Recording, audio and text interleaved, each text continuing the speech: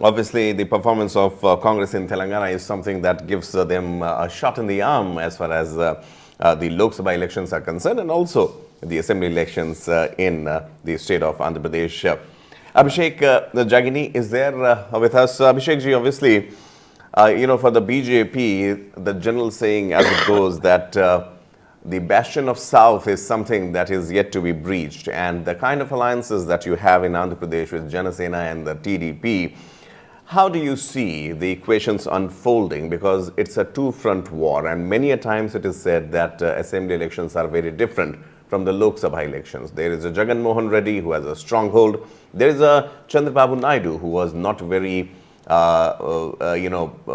very recently was put behind bars also. So the sentiments, how do you see? Is it advantage BJP alliance in Andhra Pradesh as far as the Lok Sabha elections are concerned? Definitely, this is advantage BJP and advantage NDA. It is going to be a repeat of the 2014 result because of the huge anti-incumbency wave and lack of any other alternative apart from NDA, because there are only two parties in race. One is the YSRCP and other is the NDA alliance. We have seen that there is a huge discontentment because of the lack of development, job creation, and any lack of any infrastructure development in Andhra Pradesh for the past 5 years. It has been a standstill. And the aspirational class, like I had earlier mentioned, the youth, the working class, the middle class, the lower middle class, who look for a secured future and who have aspirations for their future, are looking only at Narendra Modi's leadership and Chandrababu Naidu's leadership. And what is important here is that since both the elections are together, they believe, the people of Andhra Pradesh believe, that only a double engine Sarkar can ensure and realize their dreams, desires and aspirations. जी, double engine सरकार जो है ये सरकार जी जी जिस तरह की बातें आपने की हैं कि डबल इंजन सरकार की एस्पिरेशंस हैं, वो हमने दूसरे राज्यों के अंदर भी देखा है कि वहाँ पर क्या चीज़ें हुई हैं। लेकिन अगर आप डेवलपमेंट की बात कर रहे हैं, रोजगार की बात कर रहे हैं, वो नेशनल स्तर पर किस तरह का आंकड़ा है वो सबके सामने हैं, तो क्यों आंध्र प्रदेश के अंदर बीजेपी को समर्थन करेंगे, जबकि नेशनल स्तर पर बेरोजगारी का आंकड़ा 40-45 साल में सबसे ज्यादा है, महंगाई बढ़ी हुई है, सिलेंडर जो है वो 1200 रुपये या 1100 रुपये के अंदर मिल रहा है, तो क्यों राज्य के अंदर उसी सरकार को, अगर डबल इंजन की सरकार की आप बात कर रहे हैं, तो उसी रजीम को, सेंटर के रजीम को सपोर्ट करे आंध्र प्रदेश के लोग? आंध्र प्रदेश एक ऐसा स्टेट है जो इंडिया का one of the longest coastline से आफ्टर गुजरात और वेस्ट बंगाल। वहाँ का बहुत ही फर्टाइल सॉइल है, वहाँ के लोग बहुत इंडस्ट्रियस लोग हैं, उनको इकोनॉमिक डेवलपमेंट चाहिए, ना कि फ्रीबीज और subsidies. They want a market which will enable them to become rich, which will help and aid in wealth creation. Andhra Pradesh एक ऐसा स्टेट है जहाँ पे 1996 में उज्ज्वला स्कीम से बहुत ही पहले दीपक स्कीम के तहत जो बीपीएल फैमिली से उनको ऑलरेडी सस्ता सिलेंडर मिल चुका है। तो आंध्र प्रदेश 25 साल पहले ही वो सिलेंडर स्कीम देख चुका है, जो आज आप 1200 की जिक्र कर रहे हैं, तो बहुत पहले गुजर चुका है। आंध्र प्रदेश के लोग ऐसे हैं जहां पे 2 से अधिक नदी बहते हैं, पेरिनियल रिवर्स, वहां पे 3 क्रॉप्स निकलते हैं। We are not talking about a very marginal society और a highly backward state. Yes, there are one or two districts like Srikakulam and Vizianagaram which are classified as the backward. ठीक है अभिषेक जी, आप जो वहां के स्टेट के लोकल मुद्दे हैं, जाहिर तौर पर उसको राष्ट्रीय मुद्दों से जोड़कर आप उम्मीद कर रहे हैं कि आंध्र प्रदेश के लोग इसलिए आपके साथ या भारतीय जनता पार्टी के साथ, एनडीए के साथ खड़े होंगे कि लोकल लेवल पर वहां पर राज्य सरकार की तरफ से किसी तरह की डेवलपमेंट नहीं की गई है। जल्दी से हम मेका साहब के साथ जाना चाहेंगे। श्याम प्रसाद मेका जी, इसके अलावा भी अगर जो महाराष्ट्र, मध्य प्रदेश, उत्तर प्रदेश में इस वक्त चुनाव है, 13 बिहार, उत्तर प्रदेश की 13 सीटें हैं, बिहार की 5, वेस्ट बंगाल वेस्ट बंगाल 8, मध्य प्रदेश 8 है, महाराष्ट्र 11 है। जल्दी से आपसे इसके बारे में हम जानना चाहेंगे कि इस फेज में जितनी ये सीटें हैं, यहाँ पर किस तरह की आपको उम्मीद है इन अलग दूसरे राज्यों में, आंध्र प्रदेश और तेलंगाना की हम बात कर चुके हैं, बाकी राज्यों के बारे में क्या एनालिसिस है आपका? See, one tactic that BJP is playing, I want to explain it to you. They are losing ground in the north. A double engine has become a trouble engine. So to shore up their morale in North for their voters, they are creating this facade that oh we are gaining in South.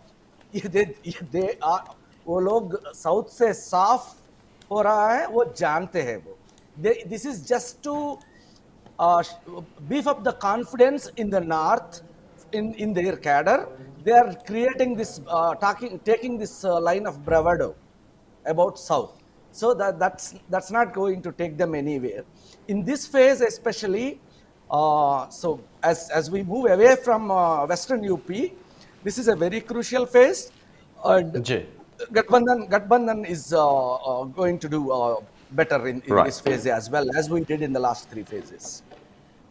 Obviously. Very quickly, roping in Abhishek Jagini ji also. Abhishek ji, अगर मैं कह सकूं बहुत ही साफ शब्दों में that of late there has been a different sort of approach from the BJP as far as the subsequent phases of elections are concerned. Now we have seen the opposition training its guns on the BJP on several factors, be it the Mangal Sutra to Sona, be it who would be the Prime Minister come 2025, whether Prime Minister Modi would be retiring as he will be completing 75 years. Now I know these are very ingenious methods by the opposition to corner the BJP, but knowing for a fact that we are still only halfway through, I mean today is the fourth phase, fifth, sixth, seventh, there are 4 more phases to go, including today's.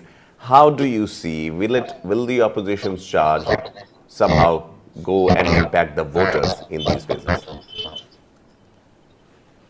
In the BJP, there is no dearth of leadership. BJP is the party which is based on organization and not political family.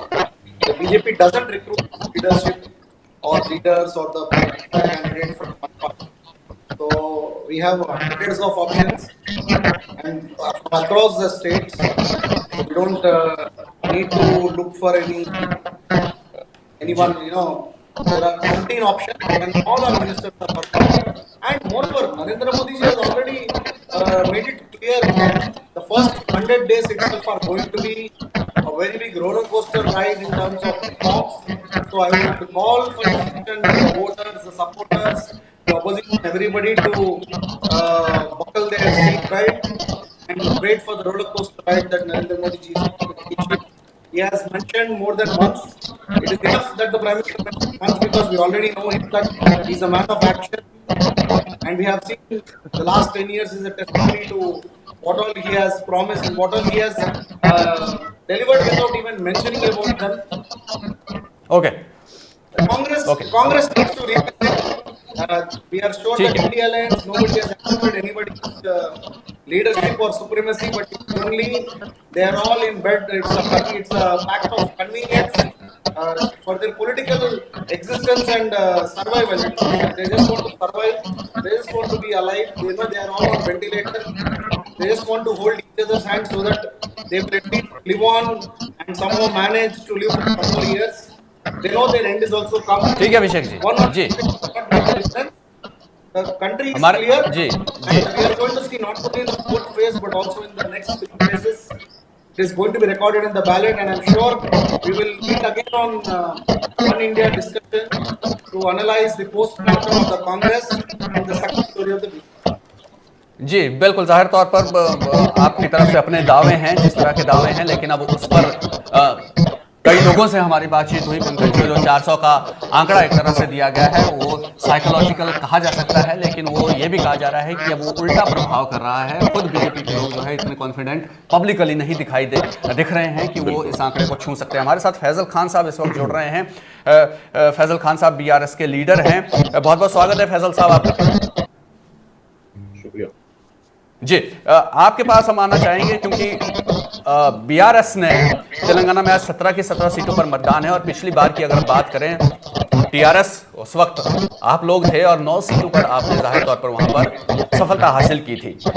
लेकिन जिस तरह से विधानसभा चुनाव के अंदर 2 बार सत्ता हासिल करने के बाद कांग्रेस के हाथों आपको सत्ता गंवानी पड़ी और बीआरएस ने एक तरह से राष्ट्रीय स्तर पर भी कोशिश की कि वो अपनी प्रेजेंस जो है वो फील करवाएं, लेकिन अभी भी एक तरह से राज्य के अंदर ही आपकी लड़ाई है। लेकिन कांग्रेस का इस बार जिस तरह का आत्मविश्वास है, जिस तरह का मैंडेट विधानसभा चुनाव के अंदर उन्हें मिला है, उन्हें पूरी उम्मीद है कि कांग्रेस इस बार एक तरह से बड़ी पार्टी बनकर वहां पर उभरेगी। बीजेपी का भी अपना दावा है कि फायदा उसे भी होगा, लेकिन बीआरएस को जाहिर तौर पर अपनी जमीन बचाने की वहां पर लड़ाई है। किस तरह की स्थितियां आप वहां पर देख रहे हैं बीआरएस के लिए? यहाँ पर जो चुनावी माहौल है तेलंगाना में, मैं यही कहना चाहूँगा कि जो लोकसभा की जो 17 सीटें हैं तेलंगाना में, मैं आपको दावे के साथ यही कहना चाहूँगा कि पब्लिक जान चुकी है तेलंगाना स्टेट की कि पब्लिक में कहीं ना कहीं रिग्रेशंस है कि भाई जो पिछले जो चुनाव में जो कांग्रेस को लेकर आए और कांग्रेस का जो 100 दिन में जो गारंटी पूरी करने के जो वादा किया गया था कांग्रेस के थ्रू कि हम जब आएंगे तो हम 100 डेज हम जो 6 गारंटीज पूरे कर देंगे, और जो अब तक कुछ भी नहीं हुआ, 150 दिन के ऊपर हो गया तेलंगाना स्टेट में। और पिछली बार आप देखेंगे जब असेंबली के चुनाव जब हमारे स्टेट में जब चल रहे थे, वहां पर कांग्रेस पार्टी ने हमें यही बीआरएस है जो 5 बड़े नेता हैं जो बीजेपी के हैं, जैसा कि रघुवंदन राव की बात करूंगा मैं, और जो अपने करीमनगर से बंटी संजय की बात करूंगा, एटला राजेंद्र की बात करूंगा, और जो दूसरे जो अरविंद की बात करूंगा, अरविंद जी की जो बात करूंगा मैं निजामाबाद से। हमने ऐसे 5 बड़े नेताओं को बीजेपी को हम वहां पर हमारे स्टेट में हराया है, और कांग्रेस ने ये 5 बड़े नेताओं के खिलाफ डमी कैंडिडेट फाइल किए थे। वैसे ही जीएचएमसी इलेक्शन में भी हमको देखने को मिलेगा कि स्टेट में वहां पर क्या है, कांग्रेस ने डमी कैंडिडेट्स को फाइल किए जहां पर बीजेपी को 48 जो कॉर्पोरेशन सीट्स उन लोगों को मिले। सेकंड चीज ये है कि जो कांग्रेस की यहाँ पर जो रणनीतियां हैं जी, जो पूरे जो झूठे वायदे हैं, यहाँ पर आके जो वायदे करते हैं कि मैं हम आते सो आना, हम ये चीज कर देंगे, हम वो कर देंगे, ये कर देंगे, कुछ भी नहीं करे अभी तक। बता रहा हूँ मैं आपको, सिर्फ 1 या 2 या 3 अपने गारंटी को पूरा कर पाए, ये की आवाम जानती है। सेकंड चीज, ये लोकसभा इलेक्शन में मैं आपको बताना ये चाहूंगा कि ये लोकसभा इलेक्शन में 8 ऐसी सीटें हैं जहां कांग्रेस ने डमी कैंडिडेट्स फाइल किए। और रही बात एनडीए की सरकार की, मैं बात करना चाहूंगा, जब से मैं हमारे साथी को सुन रहा था जो बीजेपी के नेता है, वो बहुत अच्छे जो अपने हमको जो है वो चीज इन्फॉर्मेशन दे रहे थे कि भाई ऐसा है, ऐसा। व्हाट्सएप यूनिवर्सिटी की मेरे को इन्फॉर्मेशन दिख रही थी वो, कि भाई मैं यही कहना चाहूंगा कि अगर आप 10 साल में केंद्र में आप जो अपने समझिए आप पावर में है, तो हमारे तेलंगाना को आप ये बताइए कि भाई एक नेशनल स्टेटस जो इरिगेशन हमारे जो इतने प्रोजेक्ट्स है उसको नेशनल स्टेटस से देने से क्यों पीछे रह गई सरकार? आप ये बताइए कि जो 2 करोड़ नौकरी देने का जो वादा किया गया था, कहाँ है भाई? आप ये बताइए कि जो हमारे स्टेट के रिलेटेड ही क्वेश्चंस पूछूंगा मैं आपको कि भाई हुआ क्या था कि जो भैयाराम स्टील फैक्ट्री के ऊपर जो सेंट्रल ने अपने जो बैन लगाई थी, कई लोग बेरोजगार हुए थे साहब, कई बेरोजगार हुए थे। आप बताइए जो गोल्डन अपॉर्चुनिटीज जो your point is well taken. Your points are well taken, and I see that the theory of attack is the best defense is often employed by political parties. Please, I wanted to know from you also that a couple of untoward incidents, I would say, or unfavorable incidents for the BRS has happened in the last 4 to 5 months, and one of them is the arrest of K. Kavita in the Delhi liquor policy scam. How do you see that? Because in the same breath, Arvind Kejriwal too was put behind bars, and the way he has come back, the way he is firing his guns at the BJP, saying that he was arrested illegally, saying that the BJP is going to change the constitution. How do you see the arrest of K. Kavita after a loss in the state and into the run-up of the Lok Sabha elections? Well, it seems there is some audio issue, but nonetheless, Yogesh, the fact remains that the BRS obviously vanquished by the people and the electorate in the assembly elections. So once again, trying to, as the name suggests, Bharatiya Rashtra Samiti on a national scale, trying to contest the elections. जी जी जी बिल्कुल, बहुत बहुत शुक्रिया हम अदा करना चाहेंगे अपने मेहमानों का। अभिषेक जी, आपका बहुत बहुत शुक्रिया हमारे साथ जुड़ने के लिए। श्याम प्रसाद मेका जी, आपका भी बहुत बहुत शुक्रिया जुड़ने के लिए। फैजल खान साहब, आपकी आवाज़ नहीं मिल पा रही है, समय इतना ही है।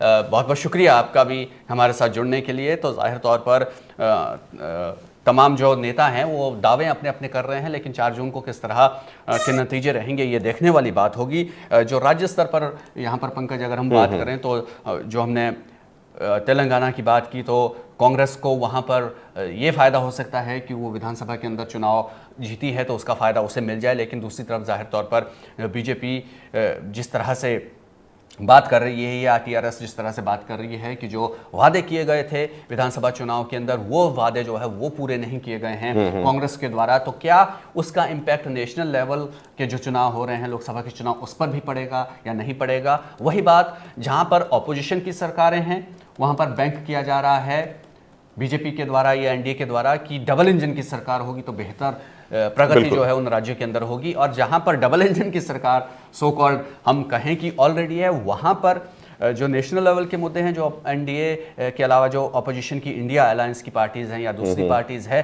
वो वहां की राज्य सरकार और केंद्र की सरकार क्या कर रही है क्या नहीं कर रही है इसके ऊपर बैंक कर रहे हैं, और उसके जरिए ये कोशिश हो रही है कि क्या इन लोकसभा चुनाव के अंदर उन पार्टियों को फायदा हो। लेकिन यहाँ मुद्दों की भी अगर हम बात करें तो उन मुद्दों को लेकर पहले फेज से लेकर जिस तरह के मुद्दे बदलते रहे हैं अभी तक पंकज, वो देखने वाली बात होगी कि प्रगति और विकास के मुद्दों से लेकर बातें जहां पर इमोशनल मुद्दों तक आ गई, और कहीं अमित शाह ने अब पाक ऑक्युपाइड कश्मीर को एक तरह से चुनाव के अंदर एंट्री दिलवा दी है। उन्होंने कल अपनी भाषण में कहा कि हम पाक ऑक्युपाइड कश्मीर को वापस ले लेंगे, तो जाहिर तौर पर अब क्या और चीजें आने वाली हैं, क्या विकास के मुद्दों से हटकर प्रगति के मुद्दों से हटकर क्या यही भावनात्मक मुद्दे और अब अगले फेजेस के अंदर बढ़ने वाले हैं, क्योंकि इसके बाद केवल 3 चरण जो है वो बाकी रह गए हैं चुनाव के अंदर, तो आधे से ज़्यादा सीटें जो है वो जिन पर मतदान जो है वो हो चुका होगा, बाकी बची सीटों को एक तरह से अपने पाले में लाने के लिए किस तरह के मुद्दे होंगे वो देखने वाली बात होगी। Right, absolutely. Thank you so much, gentlemen. Abhishek Jagini, BJP leader, Shyam Prasad Mega, Congress leader, and Faisal Khan, BRS leader and BRS SV, Hyderabad city president, for joining us this morning. We hope to see you more, and also we would be bringing in the latest from the 4th phase of elections as it continues in several parts of the country. Subscribe to One India channel and never miss an update.